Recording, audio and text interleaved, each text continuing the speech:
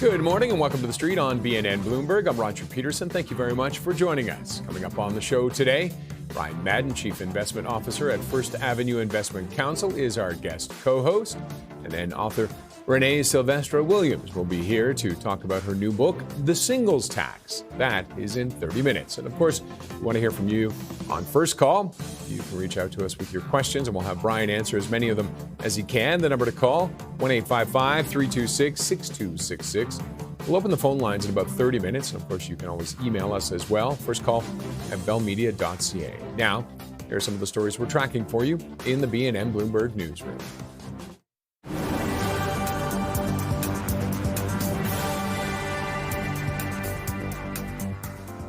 Alberta Premier Danielle Smith is pushing for a Canadian pipeline after the forced change in leadership in Venezuela. Smith says the recent developments highlight the urgency of such a project. The proposed pipeline would be capable of carrying 1 million barrels a day to British Columbia, where it could be loaded onto tankers for sale in growing Asian nations. Copper is extending its powerful rally after topping $13,000 US a ton for the first time. Expectations that the Trump administration may introduce a tariff on refined metals have drawn huge volumes of inventory into the U.S., and this has also potentially left the rest of the world short of the metal as miners struggle to boost output.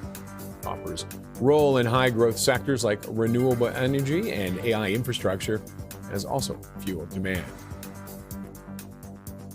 And now our top-line story. After being seized by the U.S. military, Venezuela's ousted president, Nicolas Maduro, was arraigned and claims he is a prisoner of war. CTV's Joy Melvin filed this report.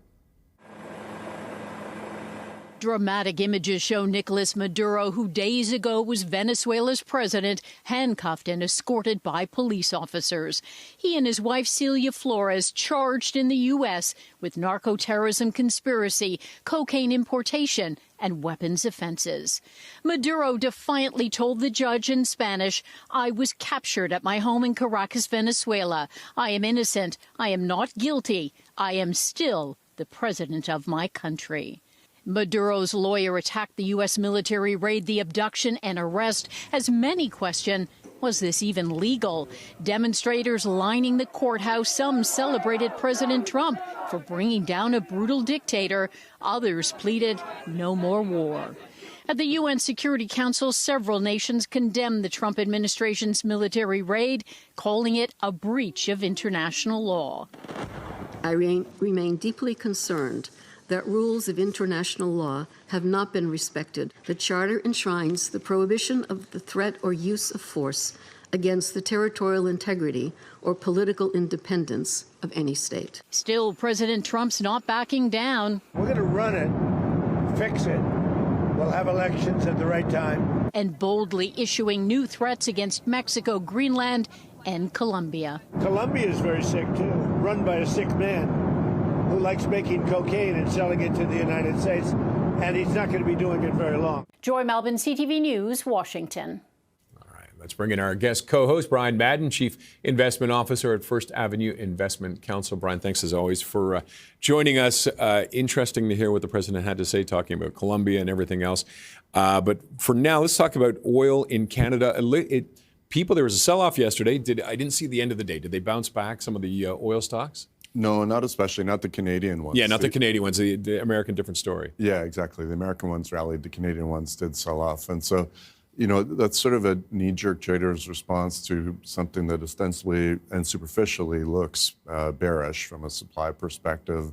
And I think the fear that traders may have is that there'll be an onslaught of Venezuelan barrels, which of course, are substantively identical to the heavy grade and slates of crude like bitumen that we produce in Alberta, and accordingly are going to box out or crowd out Canadian barrels from refineries in the Midwest and the Gulf Coast, which have been specifically engineered and optimized to run heavy slates of crude.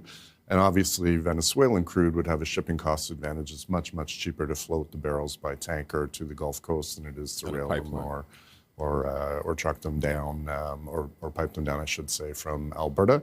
The flaw in that logic, however, is that the Venezuelan oil industry and infrastructure is battered and decrepit, and in desperate need of major rejuvenation and a lot of fresh capital. Estimates abound and they vary widely, but we're seeing numbers like $90 to $100 billion is what's needed to restore the productive capacity of the Venezuelan oil industry. And that's fairly plausible. It's quite complex technically to process heavy grades of crude like they have down there. And if you need a historical precedent, you need look no further than two other oil-rich nations, Libya and Iraq, where autocratic dictators were overrun in Iraq in 2003 and Libya in 2011. Libya is still not back to their prior peak production of 1.8 million barrels they reached in 2007, now 15 years on. In Iraq, it took 16 years after Hussein was overthrown for them to surpass their 1979 peak oil production. So it's just a fallacy and a pipe dream that this Venezuelan crude is going to come flooding back millions of barrels in short order. It's a decade plus probably in the make, if it gels at all. Well, the oil companies are very realistic, but they also have that political pressure of Trump. Yeah, they do. In the very short term, we know that the big ones, the American ones, have all set their capital budgets for 2026 already. So, these things are kind of set largely. There might be a bit of flex, but certainly not $90 or $100 billion worth. And then longer term, they're once bitten, twice shy. Under the Chavez regime, they had their assets expropriated. They went to international arbitration. They burned their fingers again when their assets were de facto expropriated by Russia in 2022. So their appetite for acute political risk of the Venezuelan variety or any other sort is probably fairly low when they've got plenty of opportunities in the Permian and the Bakken, the Marcellus, in Canada, where many of them own land leases and production to deploy capital safely. What do you see Canada doing with this situation? Canadian companies and the government itself? I mean, we heard Danielle Smith talk about the pipeline to the West Coast. What do Canadian companies do with this? How do they convince the Americans that it's still worth staying here? I think the Canadian oil industry has been grinding their teeth for a long time. I think in no small measure, this is why we're hearing increased talk of Western alienation in Alberta. The best time to build a pipeline is probably 10 years ago. The second best time is probably now. But that's not the only way to use the oil, Roger. I mean, let's not forget that crude oil is an intermediate product. Nobody consumes crude oil in that form. It doesn't take on any value until it's refined. So, we have some refineries domestically. We could build more. This could be part of the nation-building scheme the Major Projects Office is trying to set in motion. Or you could even go one step further downstream into the value chain and create really value-added and more upgraded products like they've done with the petrochemical industry on the Gulf Coast, or even here at home, a smaller scale version of it in Sarnia. So there's lots of options. We just need to get the collective will to debottleneck these things and make it a friendly and welcoming place to put capital to work, to exploit for the benefit of all of our citizens the vast resource wealth that we have as a country. Okay, we're going to have to leave it there now, Brad. We'll be back. First up, we're going to take a look at the markets before the bell.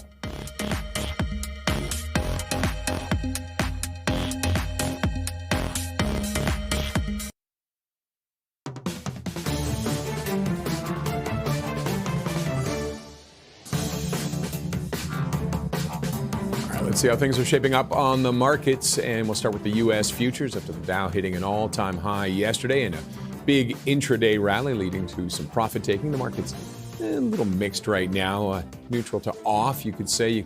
NASDAQ leading the way right now up by about 0.2, but the Dow is off slightly by 0.10, and the S&P 500, it's a wash right now pretty much. Over in Asia, Japan, the Nikkei, all-time high, helped by banks, brokers, and industrials. It was up 1.32%. Hang Seng also in the green, and the CSI 300 as well. Look at those increases right there. Heading over to Europe, German DAX hovering around its record high. The FTSE is also above 10,000 into record territory. The CAC 40, it's a little softer today because of the softer than expected inflation data. You can see the DAX up by 0.36, the FTSE up by 0.84, and CAC 40 off by 0.34%. And the TSX continuing its 2026 rally. It hit an intraday record high and a record close. It was up more than 1% yesterday. S&P Some of the winners and losers: Energy Fuels up more than 10%, almost 11%. Bitfarms up by 10.6%. CNQ down by a little more than 6%, and Athabasca Oil off almost by 7.5% on the reaction to Venezuela.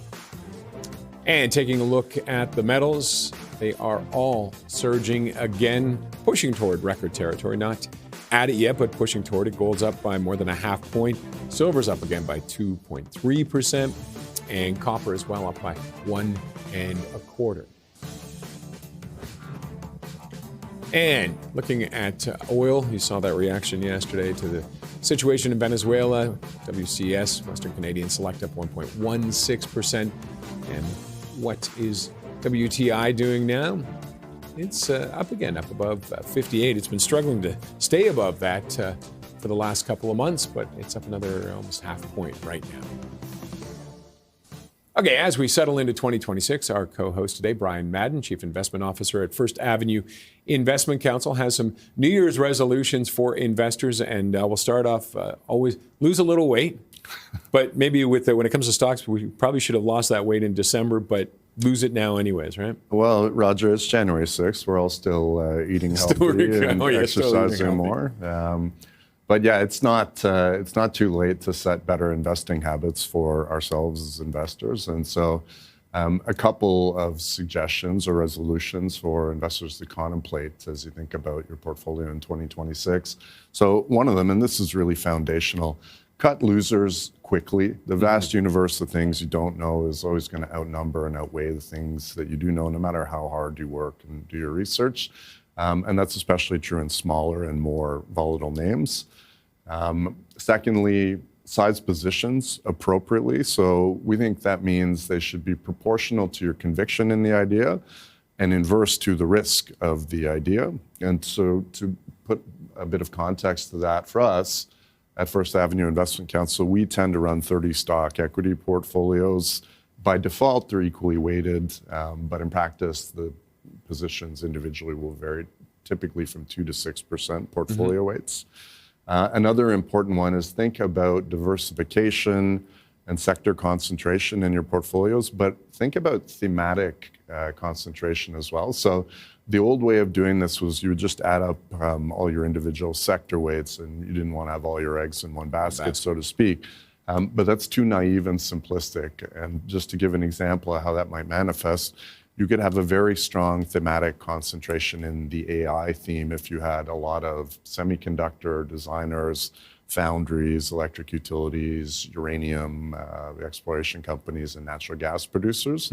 Or another manifestation of it would be if you were bearish on oil, you might have a zero weight in oil producers and think that your bet is sort of just that. However, you're implicitly increasing it if you also have a lot of long positions in airline stocks, for instance, because they are consumers of the oil or refined products. So fourthly, or I guess fifthly, I should say, set reasonable expectations. And so what that means to us and what we think it should mean to investors is your benchmark shouldn't necessarily be the S&P TSX Composite or the S&P 500. It definitely shouldn't be your neighbor's portfolio or the loudmouth boasting on Twitter or X. What it should rather be is a reasonable through the cycle target rate of return linked to your personal financial plan that's going to allow you to achieve your individualized financial goals while respecting your risk tolerance. Related to that, if you don't have a financial plan, get one right away, make one yourself. If you can't, then get someone to do it. This is the number one most important and most impactful personal financial hygiene habit you can have, way more so than picking the next moonshot or meme stock or what have you. It sounds like essentially have a lot of discipline, remove emotion. Going back to the first one, when you cut the losers, I mean, a lot of them, they're possible tax breaks at the end of the year. What at this time of year, what are you looking for to get rid of? Like, how do you make the decision on those ones, the losers? So you want to have a thesis on a security when you introduce it into a portfolio, and you want to have a ripcord so that you know when you pull the chute when the idea is not working out. And so you define those things in advance. And it's important that those things be idiosyncratic and company specific so you don't get caught up in a maelstrom like on Liberation Day or in COVID, where everything goes down just because of broad macro or systemic risk. And one of the other resolutions, actually, that I forgot to mention, this is an important one. We think it's really important to fade the geopolitical and macro headlines, particularly on newsy days. You want to avoid, at all costs, making knee-jerk trading decisions on particularly newsy days. In this day and age, news is very prone to being reversed or clouded, or deliberate misinformation is floated out there.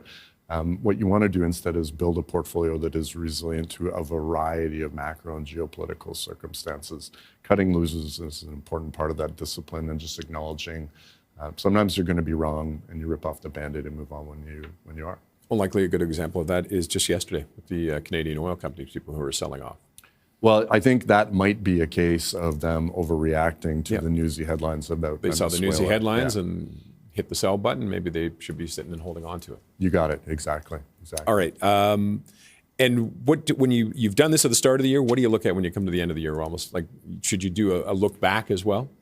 Yeah, I think it's always important to look back at every single decision that you make. And actually, there's some great tools to do that, actually. We did that on my own team during the last week of 2025 using Microsoft Copilot and just feeding it sort of data on trades. And, it does a remarkably good job of identifying, behavioral traits where we leaned into themes that were successful early, things about position sizing.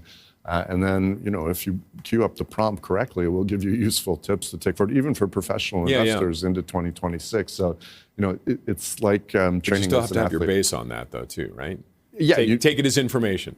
That's right. You need the foundational knowledge in order to frame the question correctly, and then you need the foundational knowledge and the critical thinking in order to be able to be a skeptic about what it's feeding back to you. You don't want to sort of act blindly on it, but as a tool to sort of help coach you or sort of cue you to better habits and better decision making, put that tool in your toolbox. It can be quite helpful. All right. We'll take a break on that note. We'll be back with Brian to see why TFI International is on his radar.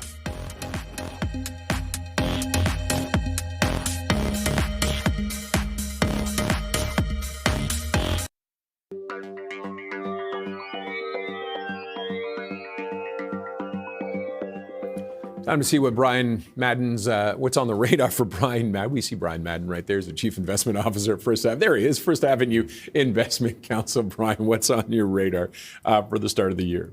Well, a couple of stocks we can talk about.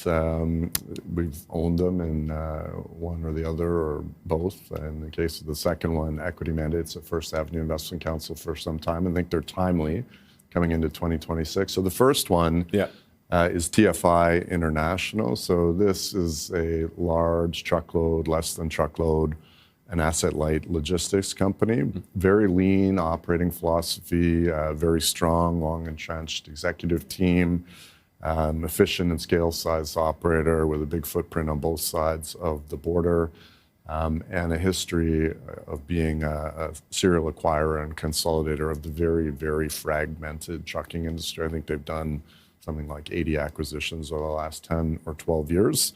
You look at the chart and you say, well, what happened? And so, it's not the case that the company lost its mojo, so to speak, but it's facing the same headwinds that all transport and trucking companies are facing for the last 3 years, which is a manufacturing recession. The ISM manufacturing indices, with little exception, have been below 50 for just about 3 years. And so trucking companies describe a freight recession where there's excess capacity and not much pricing power. We believe that after a string of 4 quarterly earnings disappointments that started in late 2024 and which drew the shares down, which you can see on the chart there, something like 35+%, its fourth largest drawdown in 25+ years of public trading, that they're set up for some easy earnings comparisons in the year ahead. And we may see manufacturing and freight start to turn the corner as some of these older trucks age out and come off the road. This is a stock that since the turn of the century is up in total return terms 17,800%. Wow. So that is really a proof point that the management team is competent and problems when they arise do get fixed. They took steps to do that, changing out one of the senior leaders of a division last March. We're starting to see the benefits with 2 consecutive back-to-back earnings beats. You see it in the chart perking up. This stock is trading at a 24% valuation discount to its U.S. trucking peers at a time where it's poised to grow its earnings at a compound rate of 24% over the coming 3 years. So we see very much blue skies ahead for this trucking company. And you, like, even with everything that's the downtime that they've been struggling through, they've been doing M&As too, right? Yeah, that's right. I mean, they bought Dasiki in late 2024, I want to say, and they've done a few tuck-in acquisitions. Although more recently, they have been quite adamant that the best use of their surplus capital, and they're still very free cash flow generative even in sort of the down part of the trucking cycle, they're buying back their own shares. They think the highest internal rate of return is buying back their own shares. They're just that discounted, and so they've been doing it in pretty good size in recent quarters. So until such time as they see the shares approaching some semblance of fair value, you can expect them to continue to do that. And then, thereafter, the evergreen sort of strategy of acquiring smaller competitors will probably, reassert itself.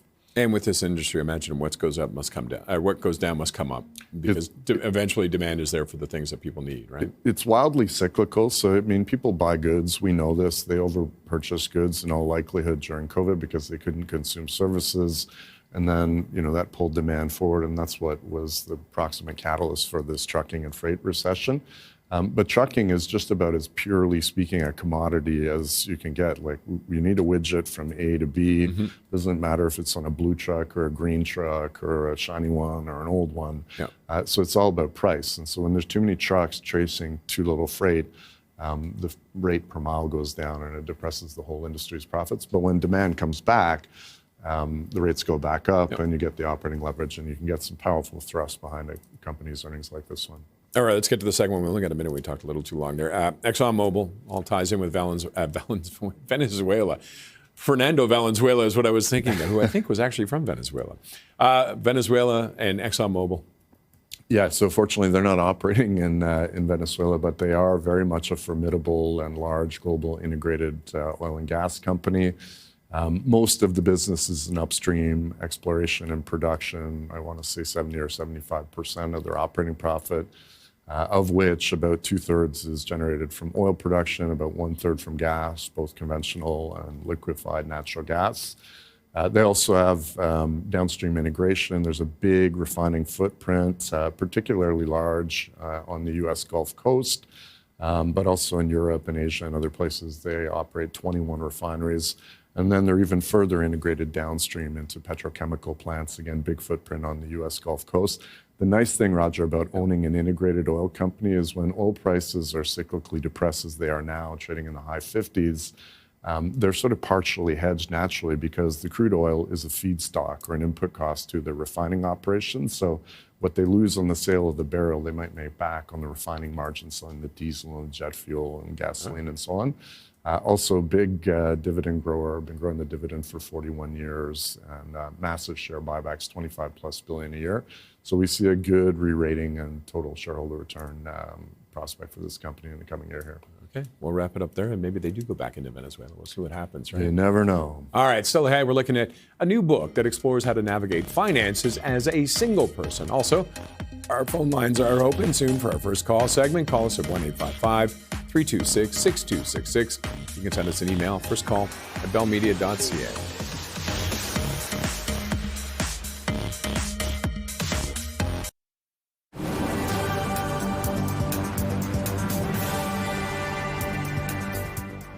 Suncor says it has achieved its production targets 1 year earlier than planned. The Calgary-based energy giant says the achievement was driven by record production in the fourth quarter of last year, as well as its best ever annual upstream production, refining, and utilization.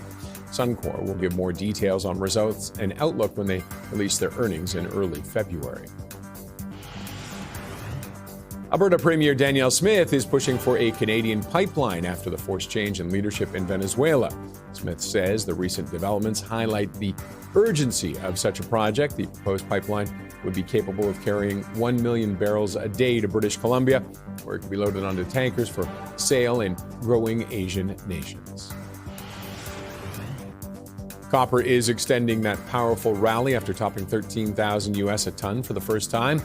Expectations that the Trump administration may introduce a tariff on refined metal have drawn huge volumes of inventory into the U.S., and this has also potentially left the rest of the world short of the metal as miners struggle to boost output. Opera's role in high-growth sectors like renewable energy and AI infrastructure has also fueled demand. And looking at the markets today after the nice rally yesterday, a bit mixed. The Dow off ever so slightly, and the S&P 500 up ever so slightly, and then the Nasdaq's up by 0.2%. Well, the singles tax is the term to characterize the financial burden that single people face due to a lack of cost-sharing benefits that come with living with a partner or family.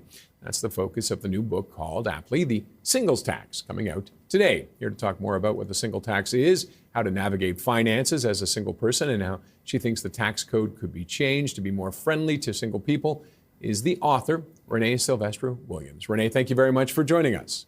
Thank you for having me. How big is the singles tax, or the single tax? Have you been able to kind of put a number on it?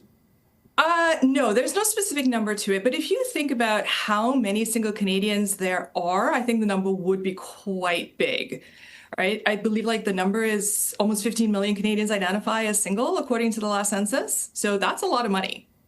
And so why do we see breaks going for families and not as many available for single people? Well, keep in mind that the society that we live in does benefit couples, right? So the tax regime, everybody files individually, but that couples benefit from it. There's income sharing, spousal RSP support, and all of those things. So if you are single, you do not benefit from that. And are there any benefits for single? Is there any benefits to being single? I mean, there are the standard, maximize your tax deductions, medical expenses, maximize your RSPs if you can. But, we can't split income. And what about when it comes to investing? How do you approach investing if you're single? Well, if you're approaching investing, there's obviously, the earlier you do it, the better, obviously, because, it's time in the market, not timing the market. And then also making sure that you are planning for your short, medium, and long term. So in the book, I advocate for having a team of experts who can help you with this. So it might be a case of maybe you need a slightly bigger emergency fund. You might need more liquidity for things that you need. And then you might need more downside protection as you get closer to retirement to protect your investments.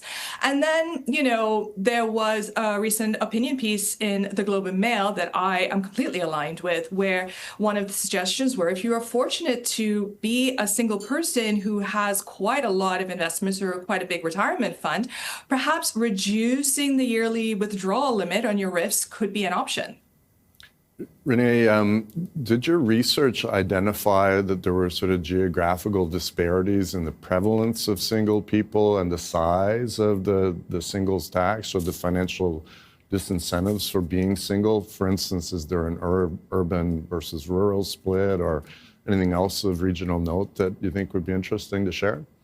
I didn't find any data on an urban and regional split, unfortunately, but you can possibly operate on the assumption that people tend to move to more urban spaces, obviously for the start of their career. Tends to be where the businesses are. So while I couldn't really find information on that, we do know most Canadians tend to live in more urban areas. Or maybe a corollary or follow-up question, if I may, is there anything demographically, like by age strata? For instance, does the single tax compound with time the longer someone stays single? And does the data indicate that people are purposefully and deliberately staying single lifelong, or are they just delaying marriages or coupling up as they pursue higher education and kickstarting their careers? That's a great question. So I'll answer the delaying part. Yes, there are indications that people are delaying marriage. They're probably looking more into cohabiting, apologies. And also there is a movement around younger generations to, stay single longer, understand who they are as single people. Now, in terms of, I'm sorry, could you just repeat the first half of your question? Just wondering if there was any evidence that the singles tax, is larger in older or younger cohorts, or if it compounds and grows larger over time the longer someone remains single. It can compound the longer that you remain single, because you have to consider the fact that there's also outside forces such as, caregiving, for example. That is a billion-dollar industry, unpaid industry in Canada, right? So if you are single and you are caregiving, say, for a family member, an older family member who is ill, you might be out of the market longer. So that is reduced income, which means reduced money that you can put towards retirement, right? Which means possibly you could end up with lower RSP, lower RIFs, lower retirement fund, lower income, because you're not working, and you could possibly be missing out on promotions. You could be missing out on raises. So there are a lot of external factors that can compound the longer you remain single. Plus, we are in we're sort of in an area now where there's possible job loss due to things like AI and sort of how the economy is looking. And when you are single, even if you have an emergency fund and have access to EI, you also don't have that second income to fall back on. So there's that anxiety that comes with it as well. All right, just one last question. What made you write the book, and would you like the government to read it? Okay, yes, I would love the government to read it. So you know where I am. The books are available now. If anybody in the government is looking at this, please read the book. What made me read it? Okay, so it was 2020. We know what was going on at the time. I had some time to myself because it was 2020, and I am single, and I was thinking about all of these questions. So I started a newsletter 5 years ago, The Budget, which addressed these questions, because I figured if I had these questions, other people would. And as a result of that, almost 6 years later, there's the book, The Singles Tax. Okay, we're going to have to leave it there. But Renee, thank you very much for joining us. Thank you so much for having me. Renee Sylvester-Williams is the author of The Singles Tax. Well, many stock exchanges pull out the showbiz stops to attract IPOs to their venues. We'll find out why after this. And our phone lines are open. Brian Madden is taking your questions. Call us at 1-855-326-6266. Email first call at bellmedia.ca.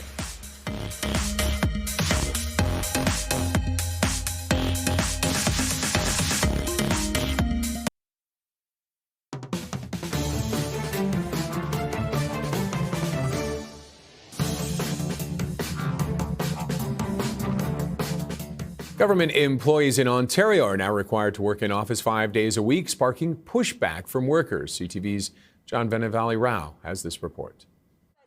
Work-life balance. With a simple message, these Ontario government workers held a lunchtime protest to show just how they feel about the full-time return to the office. Frustrated because we were doing well working from home. These workers had been allowed to do their job from home 2 days a week, but among the tens of thousands of Ontario public service workers now required to be in the office 5 days a week as of today. It is frustrating. It is frustrating, yes. Some complaining there's not enough office space to accommodate all of the workers being back full-time.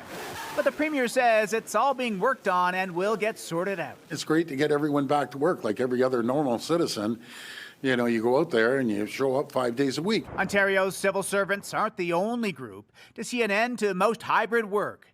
Alberta's public service is returning to full-time in the office in February, as will Rogers Communications, while many of the country's major banks are already back at the office 4 days a week. Employers argue fewer days at home boosts productivity and leads to better collaboration.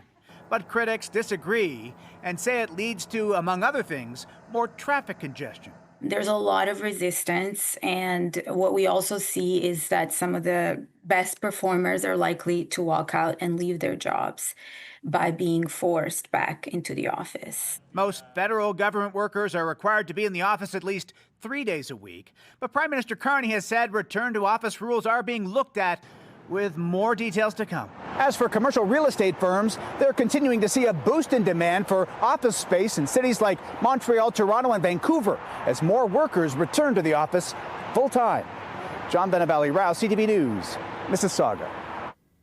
Well, many stock exchanges pull out the showbiz stops to attract IPOs to their venues, employing lasers, gongs, dancers, confetti, and more. It's a good time, but it's also serious business as exchanges compete for a dwindling number of listings in recent years. Bloomberg television anchor Tom McKenzie takes a look at some of the entertaining ways initial public offerings are celebrated. An IPO is often the pinnacle of success for executives. There are speeches, hugs, even tears. I achieved my dream. The champagne and confetti and countdown clocks might look like a nice party, but it's serious business too. Listings have been dwindling in recent years in the aftermath of COVID and rate hikes to tackle inflation. Exchanges have been competing for a shrinking slice of that pie, and a good show is part of the marketing. Part of getting the message out is a way that we effectively live the stories that the companies execute through the medium of an exchange. And yes, of course, it reaches out to companies which may be within an IPO pipeline. Asia has dominated listings for the last few years, and its listing ceremonies mix tradition with pomp and some fun. In Hong Kong, there are gongs of different sizes. So that's the standard size gong. We also have a bigger gong or a mega gong. That's for very special and larger companies listing Hong Kong. So little surprise then that when China's CATL sold shares in May, raising a whopping $5.3 billion, no ordinary ceremony would do for the world's biggest maker of EV batteries. The Hong Kong Exchange wheeled out its mega gong. With CATL shares handily beating global benchmarks since the listing, fortune has indeed been kind to the company. As Europe and the US look to rival Asia by claiming more new listings, the pizzazz, showmanship and company mascots show no signs of being canned as trading gets underway. That was Bloomberg TV's Tom McKenzie. Still ahead, we'll take a look at some of the notable analyst calls and recommendations moving the markets, including Adidas or Adidas. Take your pick.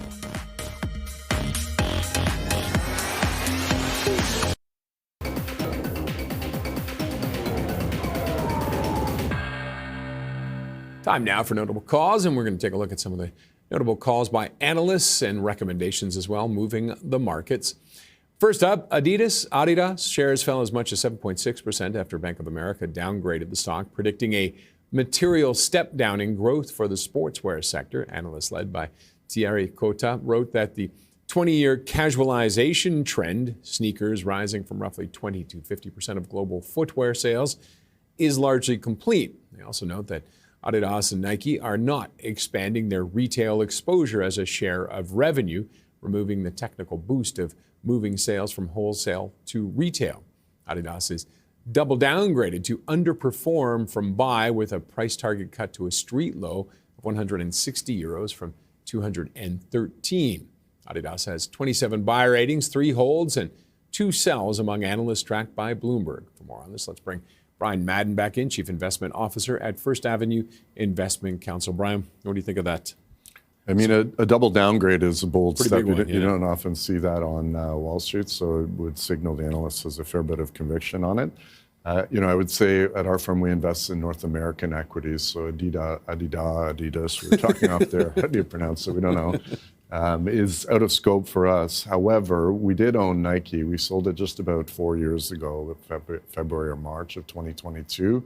We're glad to have parted ways with it, but we did dust off the file. My colleague in our auto office, Elliot Bourgeois, did some good work on Nike about a month ago, and we decided to give it a miss again, even though it's down something like 50 or 60% off its high. And really, what is underpinning the weakness in both of these stocks is they're not really fashion forward anymore. There's lots of smaller, lesser known brands that are more edgy, more cool, or sort of capturing the hearts and minds of the influencer crowd. And although these have been dominant franchises in athletic wear for decades, this analyst might very well be right that market's saturated and they're not really capturing the fashion forward part of the market. Which is amazing considering that they've been at the forefront for so long.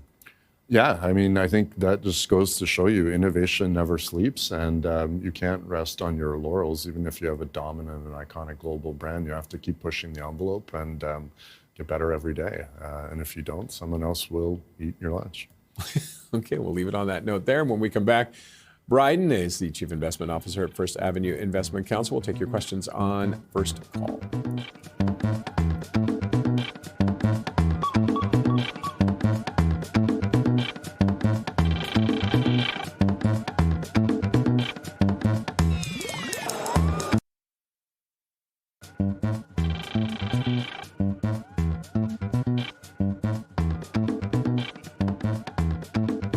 Time now for first calls. Our first call and our first caller is Mike from Victoria. Mike. Hi, Brian. I guess yesterday was a big day in Ontario for back to office and allied properties. I'm just wondering if how things are looking for 2026 there. Yeah, thanks for the question, Mike. Yeah, as we saw with the prior pack, the civil services going back to work. Not all of them necessarily whistling all the way to the office, but a lot of them probably not. Back to work they'll go. This should be a tailwind to some degree for office property owners, landlords in general. Allied Properties in particular, given that it does have a big office footprint in Toronto as well as Montreal and Vancouver and Kitchener-Waterloo, a little bit in Calgary as well. It's a bit of a differentiated office concept, though. Recall, this is the company that rejuvenated and revitalized that whole King Street West, Front Street corridor. So they're old brick and beam buildings. It's probably not the landlord of choice for most of the provincial government departments, but in general, more absorption and higher occupancy and lower vacancy in the office space should be a tailwind to their profitability. This company has sort of had a checkered past year. They did cut their distribution, which was unwelcome and unexpected, but ultimately a step that their board of trustees thought necessary. So that should set them on a stronger footing and buy them some time for the office market to renormalize and get them back, a couple of years hence on a sustainable dividend growth path. In the meantime, we think the shares are meaningfully undervalued. They trade about 0.3 times their book value, whereas they've been selling non-core properties for full IFRS book value. So long story short, we think that the private market value is much greater than the share price, and we'd expect to see price appreciation as the fundamentals improve and investors sort of warm up to the story with the dividend cut risk now in the rearview mirror. Okay, let's get on to an email from John. Good morning. Do you see MDA climbing back up to where it was before in the 40s in the near future? And do you hold it, and are you buying it? Thank you for the question, John. We do hold MDA. We're sort of sitting tight, neither adding to it nor trimming it down.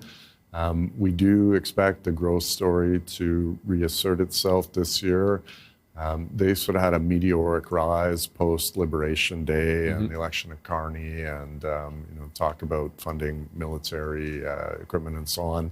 Most of their business is in civilian contracts and civilian customers for commercial applications, but they do have a certain part of their business is for military applications. And I think they announced a contract to that effect in the last couple of weeks. But the big secular tailwind is there's a big demand for these low Earth orbit satellites for a variety of telecom, mainly applications. And their order book and their backlog is big, and we expect will get bigger, notwithstanding some disruption that we've seen in the ecosystem.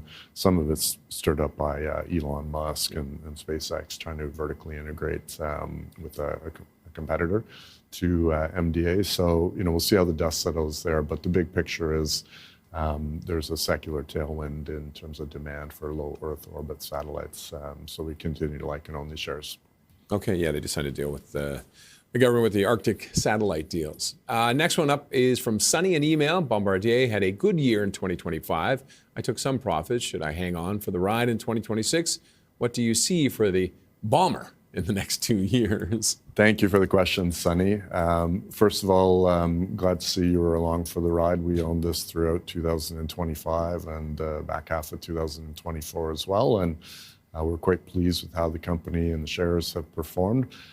Commend you also for taking profits. That's not necessarily a sign of a change in fundamental outlook for the business, but rather getting back to, Roger, what we talked about at the top of the hour, good sort of portfolio hygiene and habits is managing position and sector and thematic concentration risk. So if this thing becomes so successful that it takes up an uncomfortably large of your portfolio, you should prudently trim the position back down to a more appropriate size given your conviction and the risk of the holding. So we have also taken partial profits in the name recently, but we continue to like and own the shares.